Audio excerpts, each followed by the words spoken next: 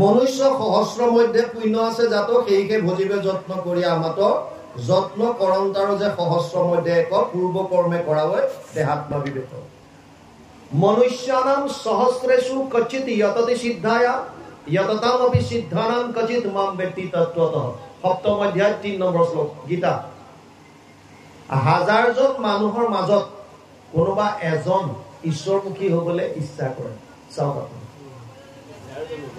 হাজাৰজনৰ মাজত এজন ফৰ্মুলা দি থৈ গৈছে গীতা সপ্তম অধ্যায় আজি যেটো আলোচনা কৰিছো তাৰ 3 নম্বৰ শ্লোক 1000 জনৰ ভিতৰত এজনে ঈশ্বৰমুখী হ'বলৈ ইচ্ছা কৰে আকৌ ইচ্ছা কৰা এজন এজনকৈ 1000ৰ মাজত কোনোবা এজনে ঈশ্বৰৰ তত্ত্বটো বুজি পায় তেতিয়া বুজি লওক আপুনি হাজাৰ জনৰ মাজত মনুষ্যানাম সহস্ৰেষু কচিত যততি সিদ্ধায়া যততামপি সিদ্ধানাম কচিত মাম ব্যক্তি তত্ত্বতঃ হাজাৰ জনৰ মাজত এজনে মোৰ ওচৰলৈ আহিবলৈ ইচ্ছা কৰে তেনেকুৱা হাজাৰ জনৰ মাজত কোনোবা এজনে মোৰ তত্ত্বটো বুজি পায় গতিকে কৃষ্ণ তত্ত্বটো বুজি পোৱাটো ইমান সহজ সুলভ নহয় কিন্তু গুৰুজনাই কৈছে যে আমি অজ্ঞৰ কাৰণে এটা বস্তুৱে সুগম সুলভ এটো হৈছে কেৱল শ্ৰৱণ কীৰ্তন কৰা সব বাদ দিয়া এইবিলাক চিন্তা কৰিব ভগৱানৰ লগত তুমি কেৱল ঈশ্বৰৰ লীলা শ্ৰৱণ কীৰ্তন কৰা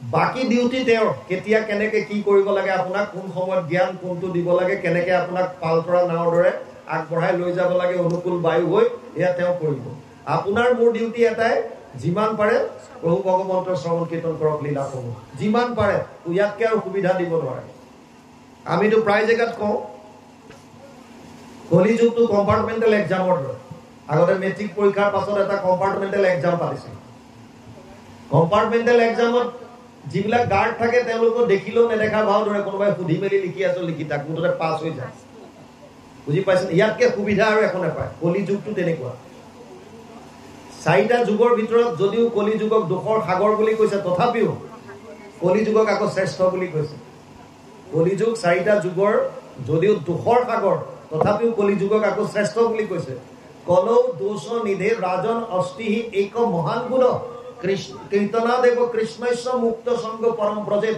12:3-51 দ্বাদশ স্কন্ধ 3য় অধ্যায় 51 নম্বৰ শ্লোক ভাগৱত যদিও দুখৰ সাগৰ ইয়াৰ অনুবাদ কৰিছে অলপ মিলা জোলাকে মহাপুৰুষ মাধৱদেৱে ঘোষাত দুখৰ সাগৰ কলি তাকো পৰীক্ষিত ৰাজা গুণ দেখি কৰিলা ৰক্ষণ অন্ত্যজাতি পাতকিও কলি তৰয় সুখে মুখে কৰি কৃষ্ণৰ কীৰ্তন ইমান ইয়াতকে সুবিধাৰ নিদিয়ে কম্পাৰ্টমেণ্টেল এক্সাম সিধা ইয়াতকে সুবিধা নাপায় কেৱল কৃষ্ণৰ নাম লওক আৰু পাৰ হৈ গুচি যাওক ইয়াতকে সুবিধা ক'ত পাব তথাপিও আমি নাহো হাজাৰ জনৰ মাজত কোনোবা এজন আহে আৰু তাৰো মাজত হাজাৰ জনৰ মাজত তেনেকুৱাৰ ভিতৰতো এজনেহে কৃষ্ণৰ চৰিত্ৰটো বুজিব পায় বাৰু যি কি নহওক ইয়াত এতিয়া সেইটোকে কৈছে মনুষ্য সহস্ৰ মধ্যে পুণ্য আছে যাত সেইকে ভজিবে যত্ন কৰিয়া আমত যত্ন কৰন্তাৰো যে সহস্ৰ মধ্যে এক পূৰ্ব কৰ্মে কৰা হয় দেহাত্মা বিবেক গতিকে আল্টিমেটলি আমি যিহেতুকে ইমানখিনি কথা বুজাৰ আমাৰ সাধ্য নাই বা সত্য নাই সেইকাৰণে গুৰুজনাই সহজ উপায় এটা দিছে যে ভকতৰ সংগত কেৱল তেওঁৰ গুণানুকীৰ্তন শ্ৰৱণ কীৰ্তন কৰি যোৱা আমি অজ্ঞৰ কাৰণে ইয়াতকে আৰু উত্তম উপায় নাই কেৱল নাম শ্ৰৱণ কীৰ্তন কৰক যিমান নাম শ্ৰৱণ কৰিব তাৰ উপায় দি থৈ গৈছে যিটো জনে পুৰে মাধৱৰ নাম ধৰি পাছে পাছে পুৰে দেৱ দেৱী স্তুতি কৰি মূৰ্তিমন্ত হোৱা 5 প্ৰকাৰৰ মুকুতি মুকুলৈও বাপ বুলি কৰন্ত কাকতি আপুনি একো জানিবৰ প্ৰয়োজন নাই কেৱল শ্ৰৱণ কীৰ্তন কৰি যাওক তেতিয়াই বাকি কামবিলাক অটোমেটিক্যালি হৈ থাকিব আপোনাৰ পিছে পিছে আহি থাকিব সব তে ইয়াতকে সুবিধা আৰু কি দিব কওক এটো কম্পাৰ্টমেণ্টেল এক্সাম হয় না নহয় ইয়াতকে সুবিধা আৰু নাপায় গতিকে কলিযুগতকে সুবিধা বস্তু আৰু একো নাপায় বাৰু যি কি নহওক তাৰ পিছত ইয়াত আহিছে এতিয়া দেহাত্মা বিবেকী যে সহস্ৰম লেখে তাৰ একে সবাতে ঈশ্বৰ বুদ্ধি দেখে তেনে আত্মজ্ঞানী সহস্ৰ ৰখি মানে তাৰও এক ভক্তে মোৰ স্বৰূপ জানে সঞ্জয় নকৰিবা ভয় কেনুৱা ঈশ্বৰ কোটি কোটি নজানয় কত শত পুণ্য কৰ্মে দেখা দেখি কৰে কুসংগে বিসংগে থাকি পাছে তাকয়ে ৰে বহুতে ইয়াত প্ৰথম কথা কৈছে কেনেকুৱা ঈশ্বৰ কোটি কোটি নাজানে কোনো গম নাপায় হে নাজানি ধনঞ্জয় নকৰিবা ভয় তুমি ভয় নকৰিবা কিহৰ কাৰণে কেনেকুৱা ঈশ্বৰ কোটি কোটি নাজানে নজনাটো একো ডাঙৰ কথা নহয় তুমি গোটেই কোনো নাজানে বহুতে নাজানে কোটি কোটি জনে নাজানে ঈশ্বৰ কি তত্ত্ব ঈশ্বৰ তত্ত্বটো জনাটো ইমান সহজ কথা নহয় এইটো কথা প্ৰথম কৈছে ইয়াত কৈছে কত শত পুণ্য কৰ্মে দেখা দেখি কৰে কুসংগে বিসংগে থাকি পাছে তাকে দেখা দেখি কিছুমানে পুণ্য আচৰণ কৰে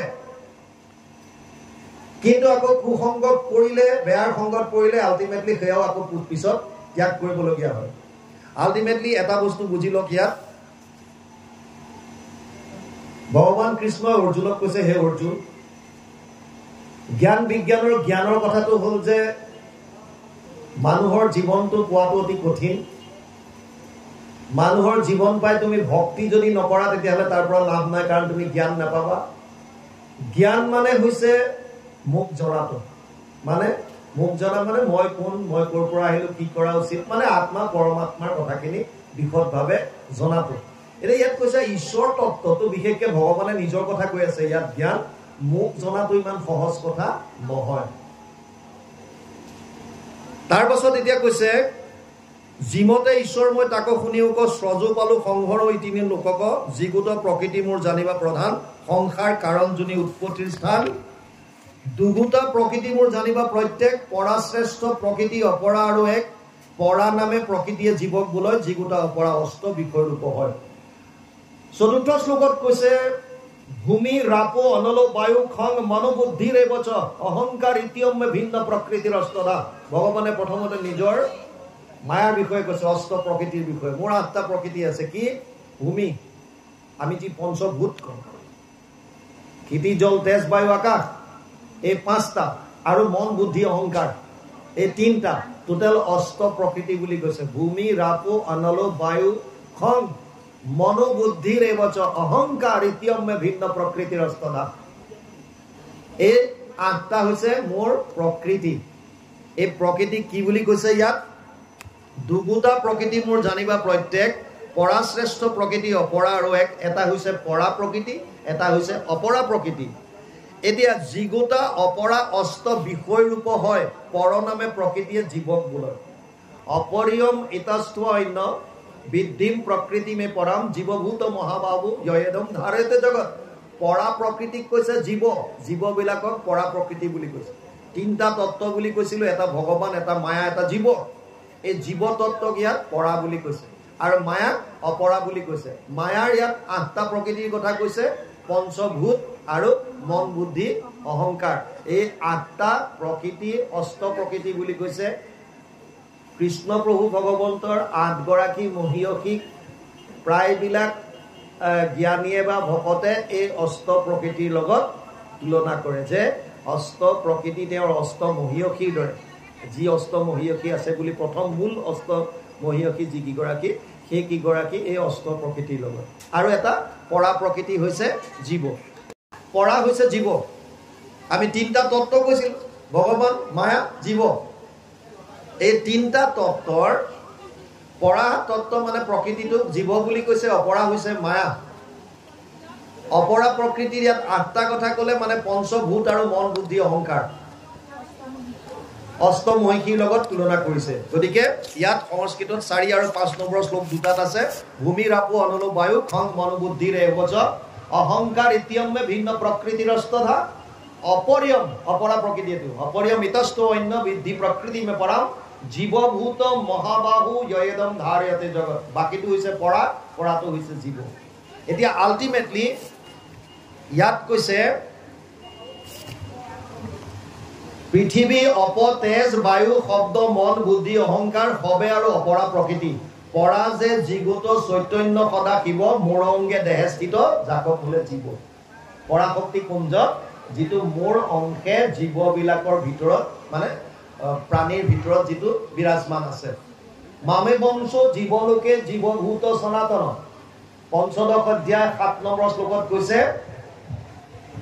মোৰ অংশ হৈছে জীৱ ভগৱানৰ অংশ ভগৱানৰ তিনিটা শক্তি চিত শক্তি মায়া শক্তি জীৱ শক্তি গতিকে জীৱ ভগৱানৰ অংশ আৰু ইয়াৰ বাহিৰে মায়াটো হৈছে তেওঁৰ বহিৰংগ শক্তি আৰু জীৱ হৈছে ততচ্ছ না বহিৰংগ না অন্তৰংগ মাজত আছে নিউট্ৰেল হিচাপে জীৱৰ ওপৰত মায়াৰ এখন পৰ্দা আছে যাৰ কাৰণে আমি ভগৱান তত্ত্বটো বুজিব পৰা নাই যেতিয়ালৈকে মায়াৰ পৰ্দাখনত আঁতৰাব নোৱাৰো তেতিয়ালৈকে আমি ভগৱানৰ তত্ত্বটো বুজি নাপাওঁ সেইকাৰণে প্ৰথমতে দিলে যে হাজাৰজনৰ মাজত কোনোবা এজন মোৰ ওচৰলৈ আহে আৰু তেনেকুৱা হাজাৰজনৰ মাজত কোনোবা এজন আহে মোৰ তত্ত্বটো বুজি পায় কিয় কাৰণ মায়াই পৰ্দা এখন দিছে মায়া দুই ধৰণৰ এটো বুজি লওক পাঁচ কিমান যায় যাব বস্তুটো বুজি লওক মায়া দুই ধৰণৰ এবিধক কৈছে জীৱ মায়া এবিধক কৈছে গুণ মায়া জীৱ মায়া দুই ধৰণৰ এবিধ হৈছে আৱৰণ জীৱ আৰু ভগৱানৰ মাজত এখন পৰ্দা দি দিয়ে যিটো কাৰণে আমি ভগৱানক দেখা নাপাওঁ ভগৱান ক'ত আছে হৃদয়ত আছে ভগৱান হৃদয়ত আছে না দেৱৰো ঈশ্বৰ হৰি তাংক মহা যত্ন কৰি লৈও এক শৰণ সাক্ষাৎ যাৰ ইচ্ছা মুখ্য পাইবে নালাগে দূৰক যাইবে আছে হৰি খবাৰো হিয়াত যে হিয়াত থকা বস্তুটো আমি দেখা কিয় নাপাওঁ কাৰণ আৱৰণ আছে আৱৰণ আৰু এটা হৈছে বিক্ষেপণ বিক্ষেপণটোৱে কি কৰে আমাৰ মনটো ভগৱানৰ ওচৰৰ পৰা মায়াৰ ফাললৈ দলিয়াই থাকে এইফালে যা এইটো হৈছে বিক্ষেপণ মায়াৰ শক্তিৰ এই যি দুটা জীৱ মায়াৰ এই দুটা বৰ মাৰাত্মক বস্তু এটা হৈছে আৱৰণ এটা হৈছে বিক্ষেপণ মনত ৰাখি ল'ব এইটো জীৱ মায়া গুণ মায়া তিনিটা গুণ এই সত্য ৰজ তম এই তিনিটা গুণে আমাক পুতলা নাচৰ দৰে নচুৱাই আছে কেনেকৈ তিনিটা গুণৰ পৰা তিনি ধৰণৰ ভাৱ আহে যাৰ যেনেকুৱা ভাৱ আমি তেনেকুৱা কৰ্ম কৰোঁ বুজি পাইছে কাৰণ আমি সকলোবিলাক গুণৰ অধীনত আছো আমি গুণাধীন যিসকল মহাপুৰুষ আহিল তেওঁলোক গুণাতীত হ'ল আৰু যিজন ঈশ্বৰ তেওঁ গুণাধীশ মানে গুণৰ ঈশ্বৰ বস্তুটো বুজক গুণাধীশ গুণাধীন আৰু যিসকল ভকতে ওপৰলৈ যাব পাৰিলে তিনি গুণ অতিক্ৰম কৰিব পাৰিলে তেওঁক কৈছে গুণাতীত গুণাতীত মহাপুৰুষসকল গুণাতীতত আহিব তেওঁলোকে এই গুণৰ ওপৰত উঠিব পাৰিলে মানে সব কেজেংবিলাক বুজি পাই গ'ল তেওঁলোকে যে এইটো আচলতে কি হৈ আছে আৰু হোৱাৰ পাছত এটা সমীক্ষাত আহিল যে মানুহৰ জীৱন পাইছো যেতিয়া বাকী আমাৰ কাম নাই এটাই কাম কেৱল ঈশ্বৰৰ চৰণত শৰণ লোৱা আৰু সম্পূৰ্ণ কৰ্ম তেওঁৰ অৰ্থে কৰি যোৱা বছ তস্মাৎ সৰ্বেষু কালেষু মাম অনুস্মৰ যুদ্ধচ্চ ময় অৰ্পিত মনোবুদ্ধিৰ মামে বৈশ্যস্য অসংশয় অষ্টম অধ্যায় 7 নম্বৰ শ্লোক গীতা তস্মাৎ সৰ্বেষু কালেষু অৰ্জুনক কৈছে সেইকাৰণে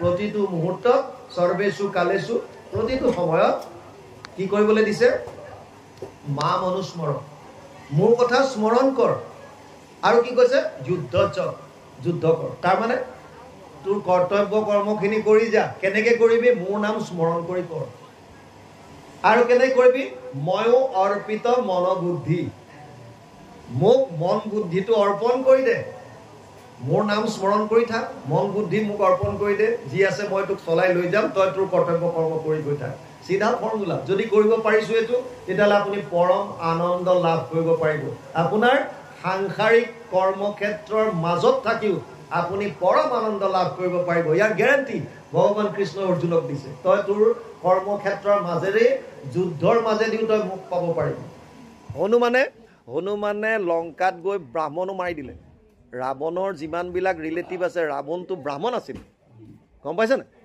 ৰাৱণ যদিও আমি অসুৰ কৈ থাকোঁ খানদান চাব ৰাৱণৰ তেওঁ এজন পৰম জ্ঞানী গতিকে তাততো তেওঁলোকে ব্ৰহ্মবধো কৰিছে হনুমানে কিন্তু একো পাপ লগা নাই কিয় লগা নাই বাহ্যিক কৰ্মবিলাকত হনুমানে গুৰুত্ব একো দিয়া নাই তেওঁৰ হৃদয়ত ৰাম বিৰাজমান হৈ আছে আৰু অৰ্জুনেও যদিও ইমান শত্ৰু মাৰিলে অৰ্জুনৰ পাপ হোৱা নাই কিয় ঈশ্বৰৰ কাৰণে কৰিছে বচনম তব তোমাৰ হৈতে তুমি যেনেকৈ কৰিছা মই তোমাৰ মতে কৰি যাওঁ যুদ্ধ ক্ষেত্ৰত যেতিয়া হয় যেতিয়া কাৰ্গিলৰ যুদ্ধ লাগিল বা আমাৰ বৰ্ডাৰত যেতিয়া যুদ্ধ লাগে তেতিয়া ইটোৱে সিটো পক্ষক গুলিয়াগুলি কৰে মানুহ মাৰি দিলে তাৰ কাৰণে প্ৰাইজ মানে কিবা প্ৰশংসা পত্ৰ দিব নে ফাঁচি হ'ব?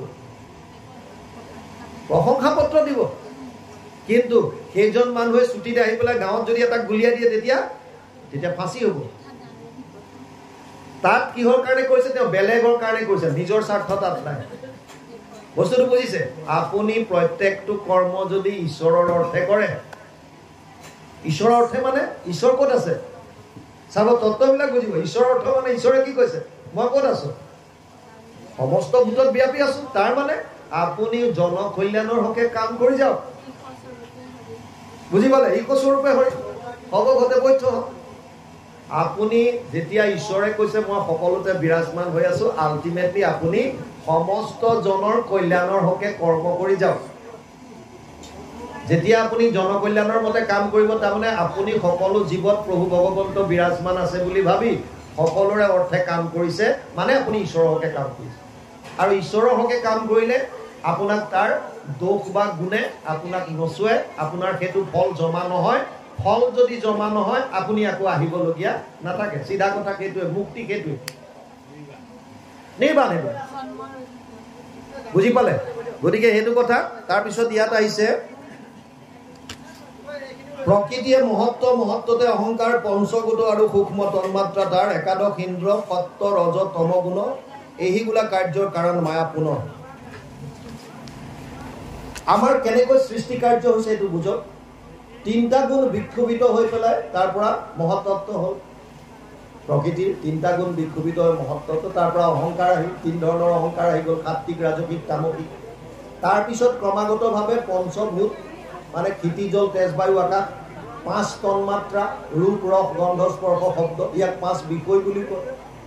5 জ্ঞানেন্দ্ৰিয়, শ্ৰোত্ৰ, নেত্ৰ, জিহ্বা, ঘ্ৰাণ আৰু চৰ্ম। 5 কৰ্মেন্দ্ৰিয়, গুহ্য, লিংগ, পদ, বাণী আৰু কৰ।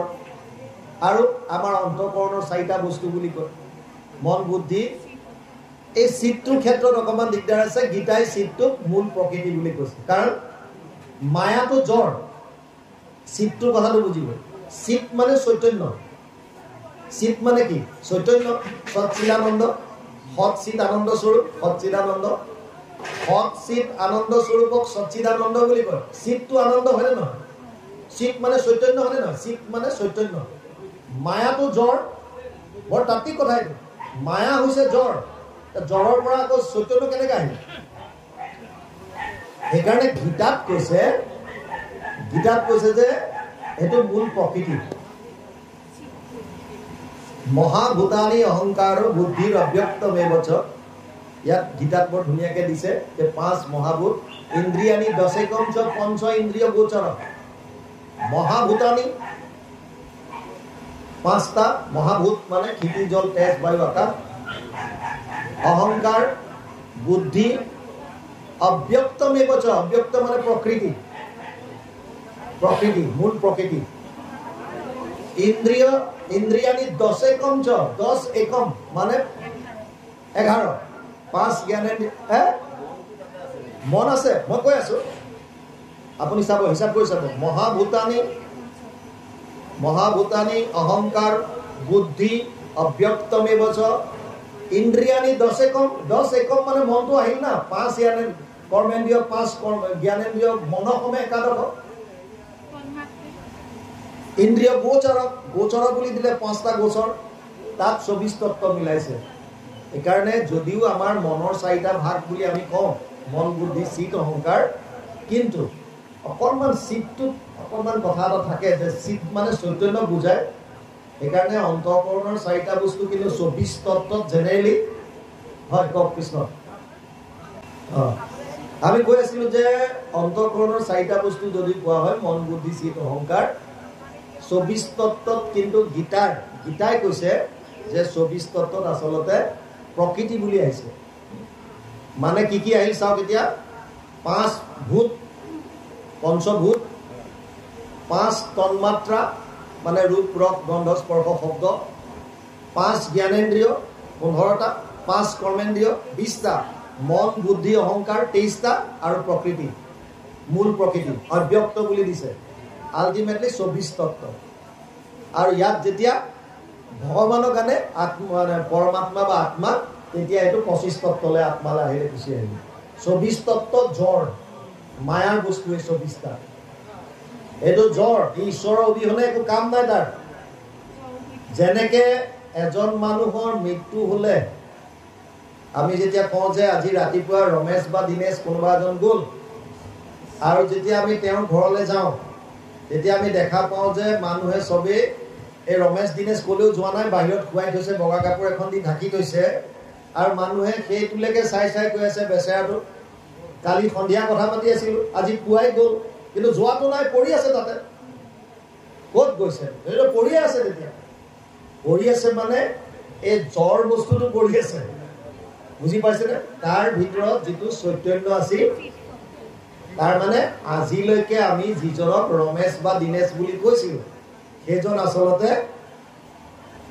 আত্মা আছিল আপুনি যাক ভাল পায় আপুনি আমি যদিও কওঁ যে এতিয়া মই অমুকক ভাল পাওঁ মই তমুকক ভাল পাওঁ মোৰ ল'ৰাটো মোৰ ছোৱালী মোৰ পত্নী মোৰ আচলতে আপুনি কাক ভাল পায় আচলতে তেওঁৰ শৰীৰত বিৰাজমান থকা আত্মাটোকে আমি ভাল পাওঁ আপুনি যিগৰাকী পত্নী বা পুত্ৰ বা পৰিয়ালৰ যোনে হওক বন্ধু বান্ধৱ যোনে নহওক কিয় যাক ভাল পাওঁ বুলি কৈছে আত্মাটো ওলাই যোৱাৰ পাছত আপুনি তেওঁক অলপ সময়ো কাষত ৰাখি থাকিব নোৱাৰে আপুনি ক'ব যে আঁতৰাই দে ভাৰ্যম বিভ্ৰতি তস্মিন কায়ে শংকৰাচাৰ্য লিখিছে পত্নী গৰাকীও সেই শৰীৰটো দেখি পেলাই ভয় খায় আঁতৰাই দে বুলি কয় যিগৰাকী স্বামীৰ লগত ইমান দিন থাকিল আত্মাটো ওলাই যোৱাৰ পাছত সেই পত্নী গৰাকীও তেওঁৰ ওচৰলৈ যাবলৈ ভয় কৰে গম পাইছেনে যিগৰাকী স্বামীৰ লগত বিবাহৰ পৰা 20 বছৰ 40 বছৰ 50 বছৰ 60 বছৰ থাকে মৃত্যুৰ পাছত অকলে ওলাই আহিবলৈ ভয় কৰে কিয় স্বামীজনক পটকে দেখা পাই যাব পাৰোঁ পাই গ'লে মোৰ ভয় লাগিব কিয় তুমি যেন সেইজনৰ লগতে ইমান দিন আছিলা তেতিয়া ভয় কিয় ভয় আচলতে ভাল তেতিয়াহ'লে কাক পাইছিল সেই শৰীৰটোক পাইছিল নে কাক আত্মাটোক এই তত্ত্বটো বুজিব লাগে আপুনি যিটো বস্তু ভাল পাইছিল সেই বস্তুটোক জীৱন্ত অৱস্থাত আপুনি উপলব্ধি কৰি ভাল পাবলৈ ল'লে আপোনাৰ সমস্ত শাস্ত্ৰৰ জ্ঞান আপুনি পাই গ'ল আৰু একো পাব নালাগে হৈ গ'ল সমস্ত শাস্ত্ৰৰ সাৰ হৈছে সেইটোৱে গীতাৰ মূল বস্তু হৈছে সেইটোৱে আপুনি সমস্ত ভূতত যে ব্যাপী হৈ আছে প্ৰভু ভগৱন্ত এই তত্ত্বটো বুজক আৰু সেইটোকে ভগৱান কৃষ্ণই অৰ্জুনক কৈছে যে তই যাক মাৰিম বুলি ভাবিছ আচলতে এইবিলাক শৰীৰ নহয় আত্মা আৰু এটা কথা বুজিল তই নেমাৰিলো এইবিলাক মই মাৰিম মই অলৰেডি মাৰি থৈছো তস্মাৎ ত্বম উত্তিষ্ঠ যশো লভস্ব হত্বা শত্ৰু ভুংস ৰাজ্য সমৃদ্ধ ময়ে বয়ত নিহতে পূৰ্বমেঘ নিমিত্ত মাত্ৰ ভৱ সভ্য সাচিন একাদশ অধ্যায় 33 নম্বৰ শ্লোক গীতা তাত কৈছে হে অৰ্জুন এই যিমানবিলাক তই দেখিছ সব মই আগতে মাৰি থৈছো সব খতম কৰি থৈছো তই মাত্ৰ জখ ল কোনে মাৰিলে অৰ্জুন বস ইমানটো থকা বাকী মই সব শেষ কৰি থৈছো তই চিন্তা কৰি লাভ নাই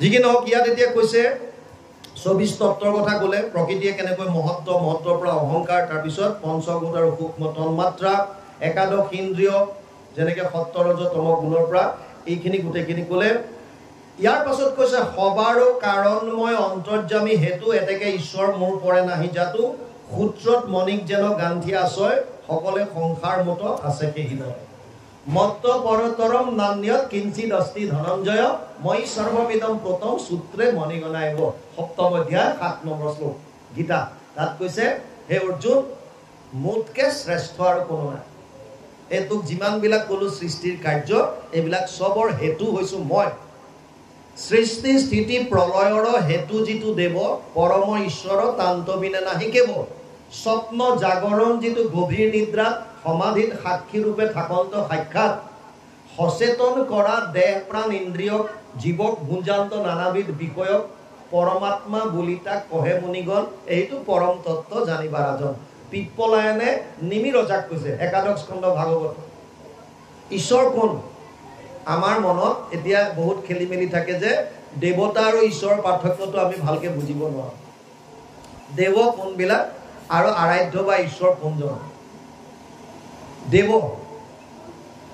যিবিলাকৰ আপোনাৰ জীৱনত তিলমান হলো অৱদান আছে সেইজন আপোনাৰ কাৰণে দেৱতুল্য বা দেৱ বুলি ক'ব পাৰে যেনে মোৰ জীৱনত মোৰ মাতৃৰ অৱদান আছে সেইকাৰণে মাতৃ মোৰ কাৰণে দেৱতুল্য মাতৃ দেৱ ভৱ সংস্কৃতত কয় মাতৃদেৱ ভৱ, পিতৃদেৱ ভৱ। পিতৃৰ মোৰ জীৱনত অৱদান আছে, দেশখনৰ আছে, দেশখন জননীৰ লগত তুলনা কৰিছে, বুজি পাইছে? অতিথি দেৱ ভৱ বুলিও কয়। অতিথি মানে কোনটোক কয়? অতিথিৰ তত্ত্বটো বুজি লওক ওলাল যেতিয়া। অতিথি মানে অতিথি, নিৰ্ধাৰিত সময় নোহোৱাকৈ হঠাৎ অহাটো। আজিকালি খাবলৈ যাম বুলি এপইণ্টমেণ্ট লৈ যোৱাটো নহয়, আপোনাৰ ঘৰত আহি আছো দেই আজি, বা ডিনাৰ বা লাঞ্চৰ কাৰণে, সেইটো অতিথি তেনেকুৱা কোৱা নাই। আগতে কি হৈছিলে, এনেকুৱা কিছুমান জনকল্যাণকাৰী মানুহ আছিল যিসকলে ঘৰ বাৰী ত্যাগ কৰি সমাজৰ হিতৰ কাৰণে য'তে ত'তে ঘূৰি ফুৰে। এতিয়া তেওঁলোকে যেতিয়া ভোক লাগে কোনোবা এঘৰত গৈ হঠাৎ আশ্ৰিত হয় যে মোক কিবা এমুঠি খাবলৈ দিয়া। সেইটো অতিথি। কোনো নিৰ্ধাৰিত সময় নোহোৱাকৈ আপোনাৰ ঘৰলৈ কোনোবা এজন আহিছে, তেতিয়া সেইজন হৈছে অতিথি। আৰু তেওঁলোক কিয় আহে? তেওঁলোকে জনকল্যাণ কৰি থাকে, জনৰ হিতৰ কাৰণে কাম কৰি থাকে, হঠাৎ আপোনাৰ ঘৰত আশ্ৰিত হ'ল। তেতিয়া আপুনি সেইখন ভাগ্যৱান বুলি ভাবিছে নিজকে। আৰু তেনে ব্যক্তি যি নিজৰ কাৰণে নহয় দহৰ কল্যাণৰ কাৰণে কৰিছে, সেইজন দেৱতুল্য। সেইকাৰণে অতিথি, বুজি পালে কথাটো? সেইকাৰণে দেৱ ভৱ। এতিয়া দেৱতা কোনবিলাক? যাৰ আপোনাৰ জীৱনত তিলমানো অৱদান আছে, সেইজন আপোনাৰ কাৰণে দেৱতা। দেৱতাৰ কাৰণে কৰিবলগীয়া আপোনাৰ কৰ্তব্য আছে, এইটো কোনো না বুলি ক'ব নোৱাৰে। গছ বননি চন্দ্ৰ সূৰ্য যত যিমান আছে আপোনাৰ ওপৰত কৰিছে, আপুনি গছ বনৰ কাৰণে গছ লগাওক, প্ৰকৃতিখন সুন্দৰকৈ ৰাখক, যধে মধে গছ নেকাটিব। জীৱ জন্তুবিলাকে আপোনাক সহায় কৰিছে, জীৱ জন্তুৰ কাৰণে আপুনি যেনেকৈ যিমান যাক যেনেকুৱা সহায় কৰিব লাগে কৰক। কিন্তু আৰাধ্য কোনজন? যিজনৰ এই কোৱালিটিটো থাকিব, সৃষ্টি স্থিতি প্ৰলয়ৰ হেতু যিটো দেৱ। এই তিনিটা কৰ্ম যোনে কৰিব পাৰিছে, তাৰ মানে কোটি কোটি ব্ৰহ্মাণ্ডৰ যিজন অধিকাৰী, গম পাইছে? আকৌ সেইটোৱে নহয়, তাৰ পাছত কি ক'লে? স্বপ্ন জাগৰণ, যিটো গভীৰ নিদ্ৰাত সমাধিত সাক্ষী ৰূপে থাকন্ত সাক্ষাৎ। আমাৰ মনৰ চাৰিটা অৱস্থা আছে। এটা হৈছে জাগ্ৰত, এক্টিভ। বৰ্তমান আপোনাৰ শৰীৰটো এক্টিভ হৈ আছে, মন এক্টিভ হৈ আছে, এইটো কয় জাগ্ৰত অৱস্থা। এতিয়া আপুনি যিকোনো কাম কৰোঁ বুলি কৰিব পাৰিছে, এইটোক জাগ্ৰত বুলি কয়। এই অৱস্থাটো আপোনাৰ মনত এজন অন্তৰ্যামী ৰূপে আছে। এটা হৈছে স্বপ্ন। আমাৰ শৰীৰ তিনিটা, যিটো শৰীৰ আমি দেখিছোঁ এইটোক স্থূল শৰীৰ বুলি কয়। ইয়াৰ ভিতৰত দুটা শৰীৰ আছে, এটাক লিংগ শৰীৰ বুলি কয়, তাৰ ভিতৰত আছে এটা, সেইটোক কাৰণ শৰীৰ বুলি কয়, কজেল বডি। লিংগ শৰীৰটোত 5টা জ্ঞানেন্দ্ৰিয়, 5 প্ৰাণ, 5 কৰ্মেন্দ্ৰিয়, মন বুদ্ধি অহংকাৰ, 18টা তত্ত্ব লগত লৈ পেলাই আত্মাটো ওলাই যায়। আত্মা কেতিয়াও অকলে যাব নোৱাৰে। আত্মা যেতিয়া ওলাই যায়, লিংগ শৰীৰ কাৰণ শৰীৰ লগত যায়। কাৰণ শৰীৰত বাসনাবিলাক চব সোমাই থাকে। কাৰণ যিটো কাৰণ আছে, বাসনাবিলাক আপোনাৰ ভিতৰত আছে চব, বুজি পালে? আত্মা অকলে ওলাই কেতিয়াও নাযায়, লিংগ শৰীৰৰ লগত যায়, লিংগ শৰীৰটোৰ লগত যায়। আৰু এই লিংগ শৰীৰটোৱে আপুনি যেতিয়া ৰাতি শুই যায়, আপোনাৰ স্থূল শৰীৰটো বিচনাত পৰি আছে, কিন্তু মনটো যদি এক্টিভ হৈ থাকে, ই লিংগ শৰীৰৰ লগত বিভিন্ন ঠাইত ভ্ৰমণ কৰে। তাৰমানে মনলৈ বিভিন্ন ধৰণৰ চিন্তা আহে। তেতিয়া আমি সেইবিলাক স্বপ্ন আকাৰে দেখো। আপুনি ক'ৰবালৈ যোৱা দেখিছে, কিন্তু আপুনিতো যোৱা নাই, আপোনাৰ শৰীৰটো বিচনাত, কিন্তু আপুনি যোৱা নিচিনা দেখিছে। আপুনি বিচনাত শুই আছে, আপুনি তেজপুৰত বা ক'ৰবাত গুৱাহাটীত কথা পাতি থকা দেখিছে বেলেগৰ লগত। কেনেকৈ সম্ভৱ? লিংগ শৰীৰ, গম পাইছে? এইটো হৈছে স্বপ্ন অৱস্থা। স্বপ্ন অৱস্থাটো আপুনিতো শুই আছে, আপুনি পিছদিনা উঠি পেলাই কৈছে যে কালি মই সপোন দেখিছিলোঁ। কেনেকৈ গম পালে? আপুনিতো শুই আছিলে, আপুনি কেনেকৈ গম পালে যে সপোন দেখিলোঁ? আৰু ইণ্টাৰেষ্টিং কথা, তৃতীয়টোলৈ আহক, গভীৰ নিদ্ৰা। ৰাতি আপুনি শুই গ'ল 10টা বজাত, ৰাতিপুৱা 6টা বজাত উঠি কৈছে যে কালি যি 10টাত পৰিলোঁ আৰু ৰাতিটো গম নাপাওঁ, একে ৰাতিপুৱা 6টা বজাতহে সাৰ পাইছোঁ। আপুনি কেনেকৈ গম পালে যে গম নাপাওঁ? আপুনিতো শুই গৈছিল, আপুনি শুই গ'ল, আপুনি ৰাতিপুৱা উঠি কেনেকৈ গম পালে যে মই কালি ৰাতি একো গম পোৱা নাই? এই গম নাই পোৱা বুলি কেনেকৈ গম পালে?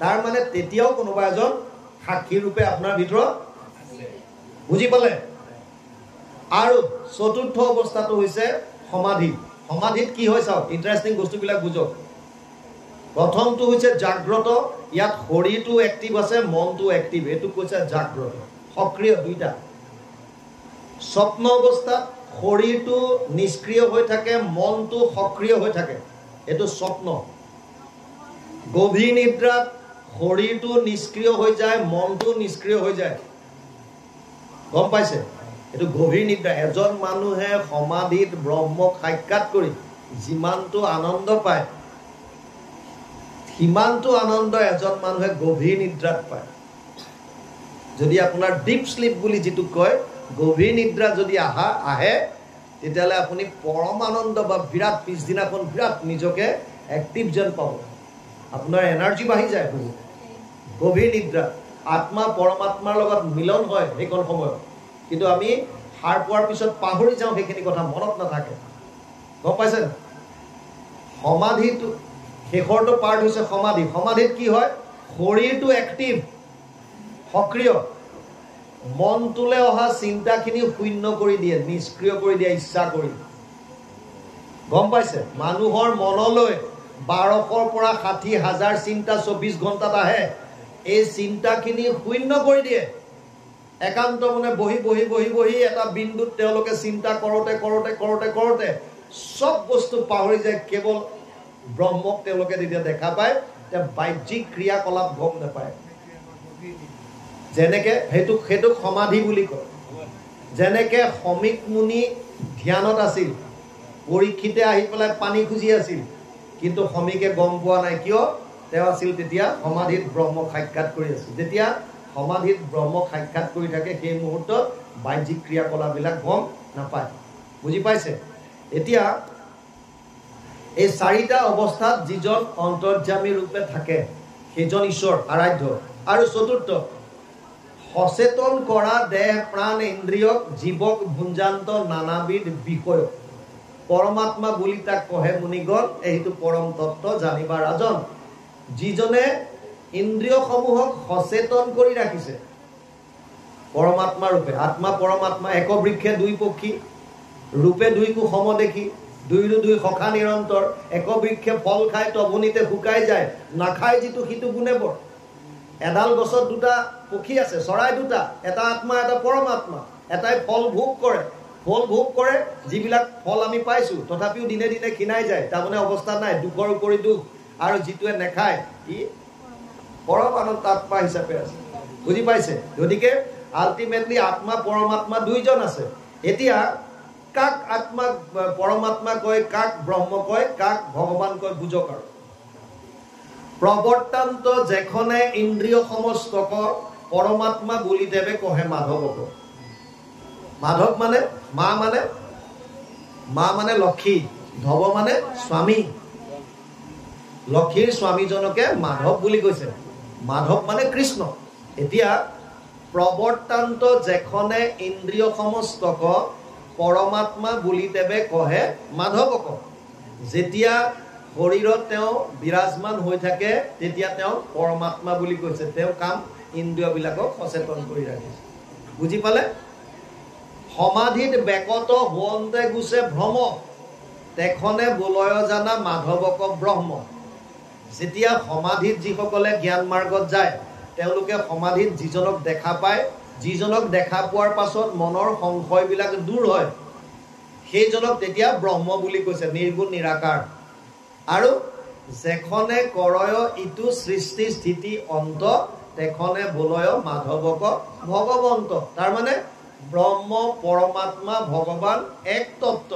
তিনি ৰখো একে নাম লক্ষণ ভেদত বস্তুটো বুজি পালে লক্ষণ ভাগে ভাগে ভগৱানৰ কৰ্ম অনুযায়ী তিনিটা নাম দিছে বদন্তি তত্ত্ববিদম তত্ত্বম য়দ জ্ঞানবদ্বয়ম ব্ৰহ্মেতি পৰমাত্মেতি ভগৱান ইতি শব্দয়ে ইয়াৰ সংস্কৃতৰ শ্লোকটোৰ ব্যাখ্যা এইখিনি 1-2-11 প্ৰথম স্কন্ধ দ্বিতীয় অধ্যায় 11 নম্বৰ শ্লোক ভাগৱত তাৰ পৰা এইখিনি ব্যাখ্যা আছে গতিকে সেইজন ঈশ্বৰ এতিয়া ইয়াত কৈছে ভগৱানে অৰ্জুনক কৈছে মত্ত পৰতৰম নান্যত কিঞ্চিত অস্তি ধনঞ্জয় হে ধনঞ্জয় মোতকে শ্ৰেষ্ঠ আৰু কোনো নাই যেনেকৈ এধাৰি মালা সূতাডালত যেনেকৈ মণিবিলাক গুঠি থোৱা থাকে তেনেকৈ সমস্ত জীৱ মোৰ লগত গাঁঠি থোৱা আছে। এতিয়া আপোনালোকে নাম কৰিলে অলপ আগত নাম প্ৰসংগত বহাৰ আৰ্হিটো কি? অৰ্ধবৃত্ত, মানে এধাৰি মালাৰ দৰে। নামাচাৰ্য বহিছে, দুফালে দুজন পালি আৰু আপোনাৰ দুই কাষে ভকতবৃন্দ বহিছে। তাৰমানে এধাৰি মালাৰ দৰে অৰ্ধবৃত্তাকাৰ। মালাডালো কেনেকুৱা হ'ব? কাৰ লগত মিলিছে?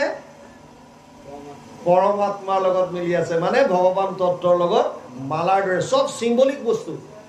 সেইকাৰণে ইয়াত কৈছে সবাৰো কাৰণময় অন্তৰ্যামী হেতু। অন্তৰ্যামী মানে যিজন হৃদয়ত থাকি সকলো গম পায়, সেইজনক অন্তৰ্যামী বুলি কৈছে। আপোনাৰ অন্তৰত থাকি যিজনে সকলো বস্তু জানে সেইজনে হৈছে অন্তৰ্যামী। ঋষিকেশ বুলি কয়, হৃদয়ত যেনেকৈ যিজনে থাকি সকলো জানে। এতেকে ঈশ্বৰ মোত পৰে নাহি জাতু, মানে মোতকে শ্ৰেষ্ঠ আৰু কোনো নাই, এই কথাটো কৈছে। সূত্ৰত মণিক যেন গান্ঠিয়া আছয়, সকলে সংসাৰ মোত আছে সেহি নয়। যেনেকৈ এডাল সূতাত মণিবিলাক গাঁঠি দিয়া থাকে তেনেকৈ সমস্ত সংসাৰ মোৰ লগত গুঠি থোৱা আছে। গতিকে ইয়ালৈকে কৈছে। তাৰ পাছত কৈছে মোহৰ বিভূতি কিছু শুনা গুৰুপতি, তাতে মোত বুদ্ধি কৰি কৰিব ভকতি। জলৰ মধ্যত তাৰ ৰস ভাগ যত, ৰসে মোৰ বিভূতি জানা।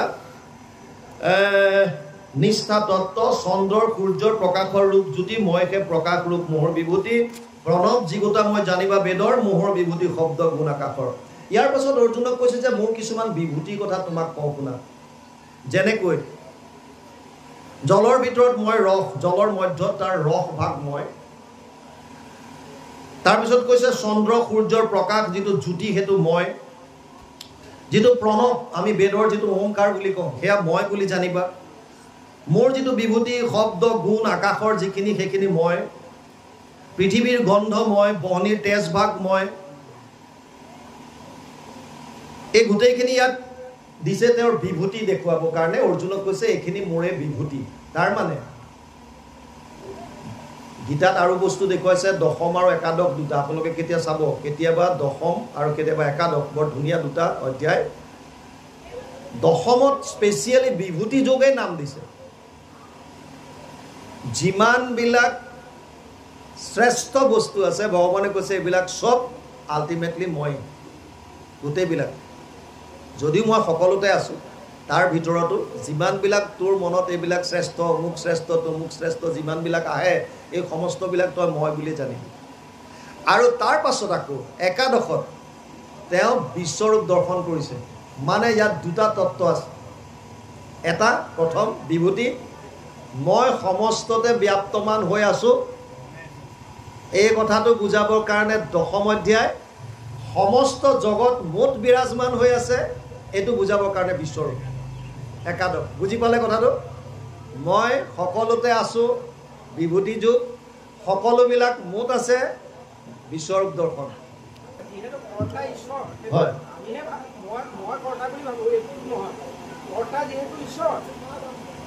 নিয়ন্ত্ৰণ তেওঁ কৰি আছে, কিন্তু এই দায়িত্ব মানে ধৰক চাকৰ হিচাপে যে আমাৰ জীৱত নহয় জানো, যিজন ঈশ্বৰৰ চাকৰ দাস সেইটো জীৱত নহয় জানো, জীৱ জীৱই যেনে তাৰমানে সেই আত্মাৰ মানে পৰমাত্মাৰ নিজে যিখিনি উপদেশ গুৰু উপদেশ সেইখিনি আমি নমনা, মানে তেওঁক নমনা মানি নচলা কাৰণে দুখ নহয়, মানি চলিলে আমাৰ সুখ, অৰ্থাৎ উদ্ধগামী হয়।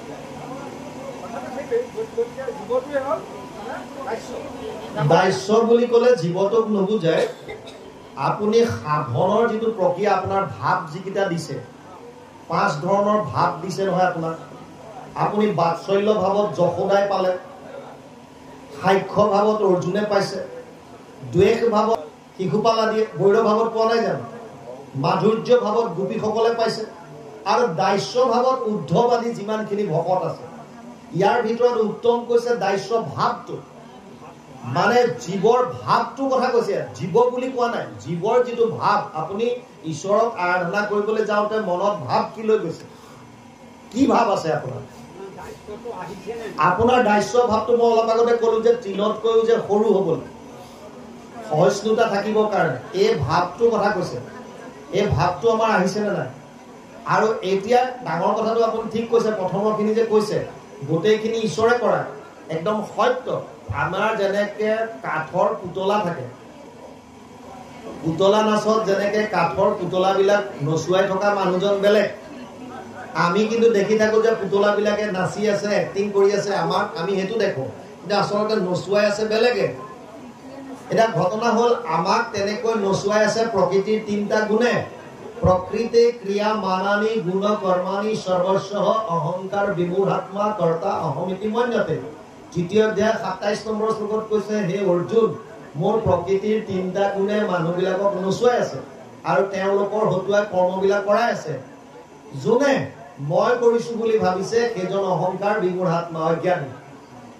যিহেতু আমাৰ হাতত এই গুণৰ পৰা পৰিত্ৰাণ পোৱাৰ বেলেগ আৰু উপায় নাই, সেইকাৰণে 7ম অধ্যায়তে 4ৰ্থ শ্লোকত ক'লে, দৈবহীয়েশ গুণময়ী মম মায়া দূৰত্বয়া মাম এবয়ে প্ৰপদ্যন্তে মায়ামেতাম তৰন্তিতে।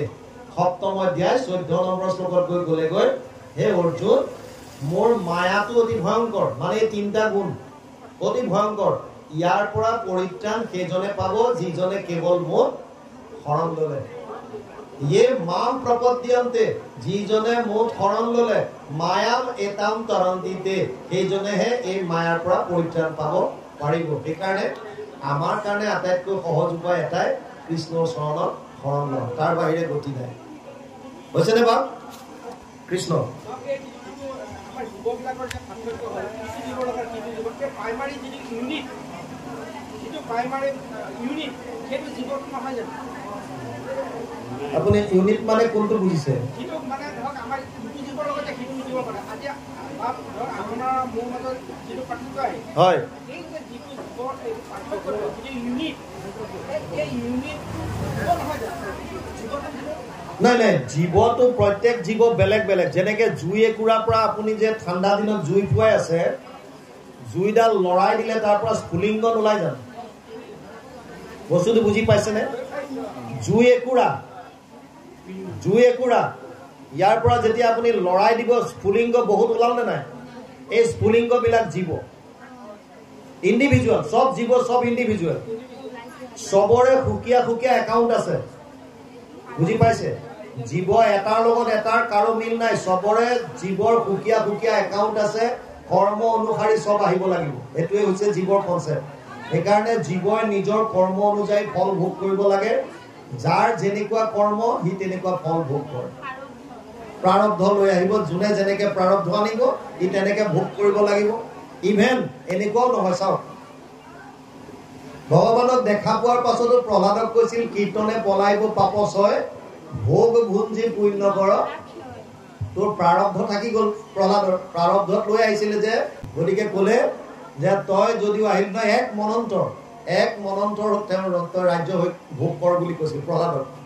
গতিকে তাৰমানে যদিও প্ৰহ্লাদে নৰসিংহ ভগৱানক দৰ্শন পালে, মুক্তি তেতিয়াই পাব লাগিছিল, কিন্তু তেওঁ আহোঁতে যিটো প্ৰাৰব্ধ লৈ আহিছে, এই প্ৰাৰব্ধটো শেষ হোৱা নাই কাৰণে আল্টিমেটলি প্ৰহ্লাদক ক'লে, কীৰ্তনে পলাইব পাপ ছয়, ভোগ ভুঞ্জি নোৱাৰে, জীৱৰ কৰ্ম।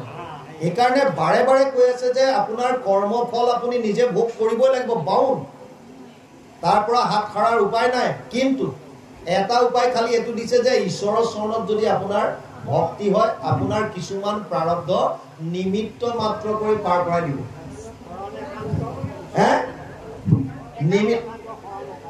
বছ, তাৰপিছত নাই যদি কাম নাই।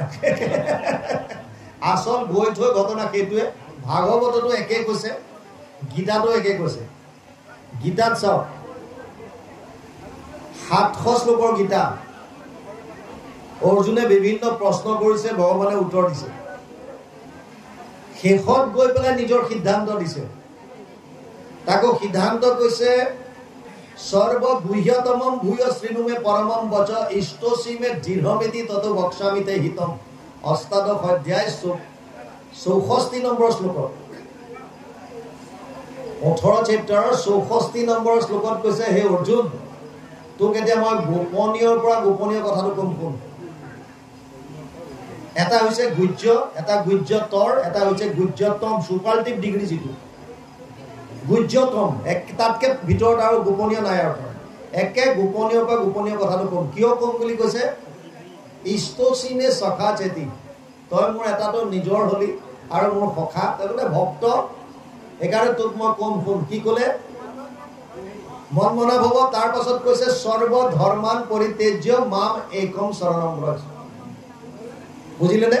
এতিয়া গীতাৰ সাৰ বুলি ক'লে আপুনি কি ক'ব? যে গীতাৰ সাৰ হৈছে এক শৰণ। গম পালে? গীতাৰ সাৰ মানে এক শৰণ। সৰ্ব ধৰ্মান পৰিত্যাজ্য মাম একম শৰণম ব্ৰজ। আচ্ছা, এটা ঘটনা আপুনি চাইছে নে? অৰ্জুনেতো শৰণ আগতেই ল'লে, যুদ্ধ নহওঁতেতো কৃষ্ণৰ চৰণত গৈ আশ্ৰয় লৈছে। আশ্ৰয় মানে শৰণ নহয় নেকি? একান্ত নহল। তাৰ মানে শুনক, তিনি ধৰণৰ মানে হৈছে ইয়াত। প্ৰথমতে কায়িকভাৱে ল'লে, মানে অৰ্জুন যদিও কৈছে মোক আশ্ৰয় লাগে, তোমাৰ ওচৰলৈ আহিছো সহায় কৰিবা, কায়িকভাৱে। দ্বিতীয় অধ্যায় 7 নম্বৰ শ্লোকতো ক'লে শিষ্যস্তেহম স্বাধীনম প্ৰপন্নম, তোমাৰ শৰণত আহিছো। কিন্তু তেতিয়া বাণীৰ দ্বাৰাহে কৈছে, কাৰণ কৈছে মই যুদ্ধ নকৰোঁ। শৰণ ল'লো কিন্তু মই যুদ্ধ নকৰোঁ। তাৰ মানে তেতিয়াও হোৱা নাই। সেইকাৰণে আল্টিমেট টোটেল শৰণাগতি হ'বৰ কাৰণে ভগৱান কৃষ্ণই ক'বলগীয়া হৈছে। গৈ গৈ গৈ গৈ গৈ শেষত যেতিয়া গৈ পেলাই ক'লেগৈ যে চব বাদ দে, তোক এতিয়ালৈকে যি কৈছো যি নাই, তই কেৱল মোৰ ওচৰত আহি যা, তোৰ মন প্ৰাণ চব মোক সমৰ্পণ কৰি দে। আৰু এতিয়া মোক তই এক শৰণ লোৱাৰ কাৰণে যদি তোৰ কিবা পাপ হয়, শৰণ চাওক, আমাৰ কৰ্ম দুই ধৰণৰ, মানে ধৰ্ম দুই ধৰণৰ থাকে। এটা হৈছে শৰীৰৰ, এটা হৈছে আত্মাৰ। শৰীৰৰ ধৰ্মটোক শাৰীৰিক ধৰ্ম বুলি কয়, আত্মাৰ ধৰ্মটোক আধ্যাত্মিক বুলি কয়। আধ্যাত্মিক ধৰ্মটো হৈছে কেৱল কৃষ্ণত শৰণ। কৃষ্ণত শৰণ লওঁতে যদি আপুনি শাৰীৰিক ধৰ্ম কিবা কৰিব, কেতিয়াবা অকণমান এৰা ধৰা কৰিবলগীয়াও যদি হয়, তাৰ পৰা যদি পাপ হয়, তেতিয়া ভগৱানে কৈছে তই চিন্তা নকৰিবি, সেইবিলাক পাপৰ পৰা মই তোক উদ্ধাৰ কৰি লৈ যাম। তাৰ মানে আমাৰ মানুহৰ মূল উদ্দেশ্য হৈছে আত্মাৰ পৰম গতিটো, তাৰমানে পৰম আনন্দ লাভ কৰা। আধ্যাত্মিক ক্ষেত্ৰখনহে মেইন। সেইকাৰণে কৈছে তোৰ শাৰীৰিক কৰ্তব্য মোক পাবৰ কাৰণে, মোৰ ওচৰত শৰণ লোৱাৰ কাৰণে, যদি ক'ৰবাত কিবা থাকি যায়, কিবা যদি ক'ৰবাত এৰা ধৰা হৈছে, তাৰ পৰা যদি কিবা পাপো হয়, তই চিন্তা নকৰিবি, মই তোক সহায় কৰিম। আৰু শেষত গৈ পেলাই যেতিয়া ভগৱানে সুধিলেগৈ কচিত এতৎ শ্ৰুতম প্ৰাৰ্থ তই একাগ্ৰেণ চেতসা কচিত অজ্ঞান সমৰ্পণস্তে ধনঞ্জয়, তোৰ যদি কিবা আৰু আছে ক, তোৰ এয়া শুনি পেলাই শেষ হ'ল নে নাই। তেতিয়া অৰ্জুনে গৈ পেলাই ক'লেগৈ যে নষ্ট মোহ স্মৃতিৰ লব্ধা তৎ প্ৰসাদাত ময়চ্যুত স্থিতোস্মি গত সন্দেহ কৰিষ্যে বচনম তব। 73, তাৰমানে অষ্টাদশ অধ্যায় 73 নম্বৰ শ্লোকত গৈ অৰ্জুনে ফাইনেল ডিচিশ্যন দিলে কৰিষ্যে বচনম তব। তাৰ আগতে কিমান কি ক'লে যে মানুহ তুমি তই জাক মাৰিম বুলি ভাবিছ, এইবিলাক শৰীৰ নহয় আত্মা। তাৰ পাছত জ্ঞান বিজ্ঞানৰ কথা ক'লে, ৰাজবিদ্যা ৰাজগুহ্যৰ কথা ক'লে, অক্ষৰ ব্ৰহ্মৰ কথা কৈ গৈছে, বিভিন্ন কৈ শেষত গৈ ক'লেগৈ চব বাদ দি মোৰ ওচৰত আহ, কাৰণ ইয়াত মোৰ বাহিৰে আন একো নাই। তই যিমান দেখিছ, যি শুনিছ, চব আল্টিমেটলি মই মোৰ শৰণ ল, তোৰ ডিউটি চেছ। আৰু তাৰপিছত যি কৰাব লাগে তোৰ দ্বাৰা মই কৰাই থাকিম। কাৰণ আমাৰ বুদ্ধিত বহু ভগৱন্ত বিৰাজমান হ'লে আমাৰ ৰথখন, এই শৰীৰৰূপী ৰথখন তেওঁ চলাই লৈ গুচি যায়। বাৰু যি কি নহওক, ইয়াত আহি পেলাই ফাইনেলি তেওঁ ক'লে যে মই যেনেকৈ বলৰ ভিতৰত মই বল, ইয়াত মেইন দি দিছে কেইটামান, মই আপোনালোকক কৈ দিছোঁ।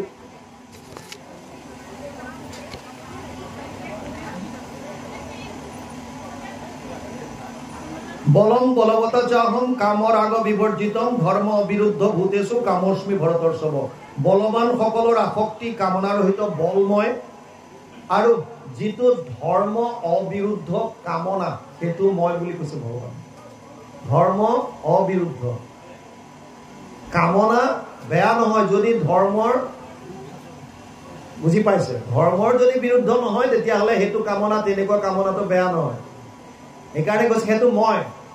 তাৰপিছত ভগৱানে ক'লে সপ্তমত যে হে অৰ্জুন তোৰ মনলৈ যি তিন ধৰণৰ ভাৱ আহে সত্য মানে সাত্বিক ভাৱ ৰাজসিক ভাৱ বা তামসিক ভাৱ এই তিনিটা মই যে জৈব সাত্বিকা ভাৱ ৰাজসস্তা মচস্ৰয়ে মত্তৈবেদি তান বিধি নাজাহম তেসুতে মই তোৰ মনলৈ যি সাত্বিক ভাৱ আহে সত্য গুণৰ পৰা ৰজগুণৰ পৰা ৰাজসিক বা তমগুণৰ পৰা তামসিক এই তিনিটা মই এটা কথা খালি জানি থ সপ্তম অধ্যায় 13 নম্বৰ শ্লোকত ক'লে ত্ৰিভীৰ গুণেময়ী ভাবেৰভি সৰ্বমিদম জগত গোটেই জগতখন ভাৱৰ ওপৰত চলি আছে মানে যাৰ যেনেকুৱা ভাৱ সি তেনেকুৱা কৰ্ম কৰিছে সেই কাৰণে অৰ্জুনক ক'লে যে হে অৰ্জুন যিহেতুকে প্ৰকৃতিৰ পৰা উৎপন্ন ভাৱ আৰু ভাৱৰ দ্বাৰা মানুহ পৰিচালিত হৈছে আৰু এই ভাৱবিলাক মোৰ মায়াৰ তিনিটা গুণৰ পৰা আহিছে গতিকে ইয়াৰ পৰা পৰিত্ৰাণ পাব তই তেতিয়াহে পাৰিবি যেতিয়া মোক শৰণ ল'বি সেইকাৰণে ক'লে সপ্তম অধ্যায় 14 নম্বৰ শ্লোকত যে দৈবহি আছ গুণময়ী মম মায়া দূৰত্বয়া মামেব য় প্ৰপদ্যন্তে মায়ামেতাম ধৰন্তিতে সব বাদ দি মোক শৰণ ল হয়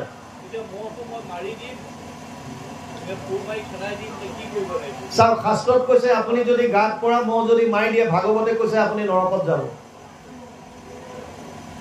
সিধা লিখা আছে আপুনি ভাগৱতত যদি ভাগৱতৰ মতে যায় পঞ্চম স্কন্ধত আপুনি পঢ়ি চাব তাত নৰকৰ য'ত বৰ্ণনা দিছে আপোনাৰ গাত যদি কোনোবা মহ দাহে আহি খাওঁতে আপুনি যদি মাৰি দিয়ে সেইটো এটা পাপ সেইকাৰণে পৰাপক্ষত মাৰিবলৈ চেষ্টা নকৰিব কিন্তু কিছুমান কথা আহি যায় পঞ্চশুনা পাপ বুলি কয় যিবিলাক পাপৰ পৰা আমি কেতিয়াও বাহিৰ হ'ব নোৱাৰো জলকুম্ভ চুলিয়া বাঢ়নি ঢেকি পতা গৃহস্থৰ ঘৰে এই শুনা পঞ্চগতা কিছুমান হিংসা আমাৰ দ্বাৰা হৈয়ে থাকে আপুনি খোজকাঢ়ি গৈ আছে আপোনাৰ ভৰি তলত বিভিন্ন পোক পৰুৱা মৰি গ'ল এতিয়া কৰিব কি